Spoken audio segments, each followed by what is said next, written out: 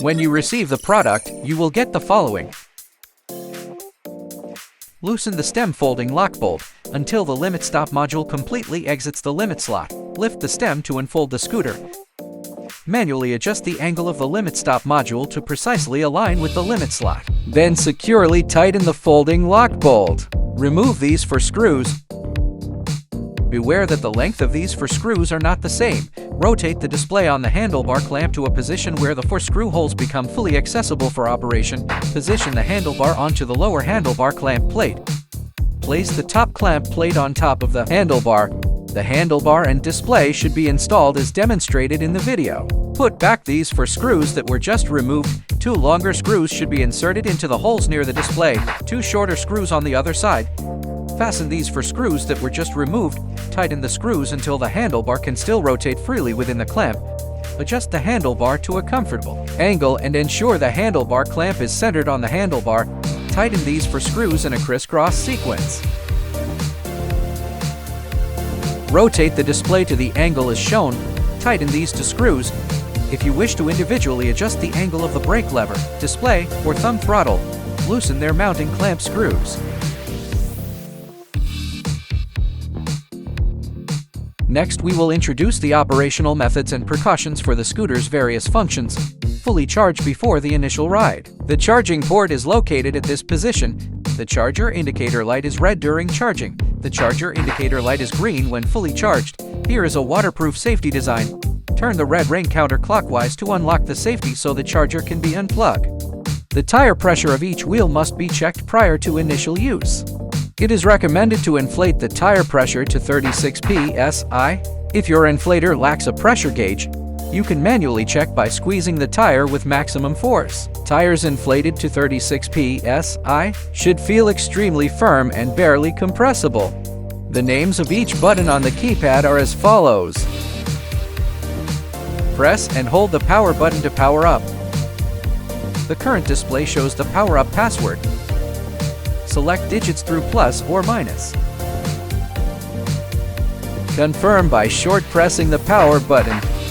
After selecting all 4 digits, long press the power button to confirm the password.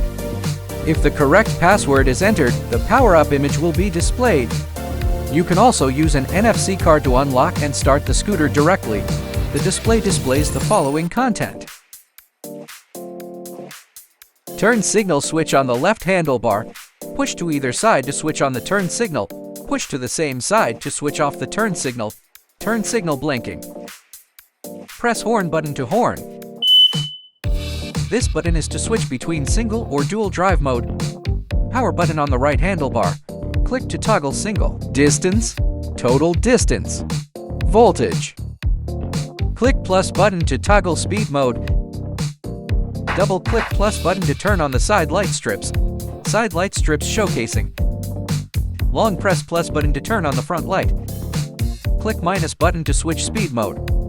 Press and hold assist button to activate the push assist mode. This mode works during pushing uphill. The scooter will provide thrust, make pushing easier. Long press plus and minus together. PO2 is to switch between km/h and mph. Switch using the plus and minus buttons. PO4, scooter standby timer. 000 equals shutdown disabled. 001 to 060 indicate 1 to 60 minutes. PO9 activates the position verified start function. 01 enable 00 disable. Engage the throttle in stationary mode when activating this function. The scooter does not start but remains stationary. Scooter activation requires achieving a minimum forward initiated velocity. Deactivate this mode and engage the throttle from a standstill. The scooter will set off.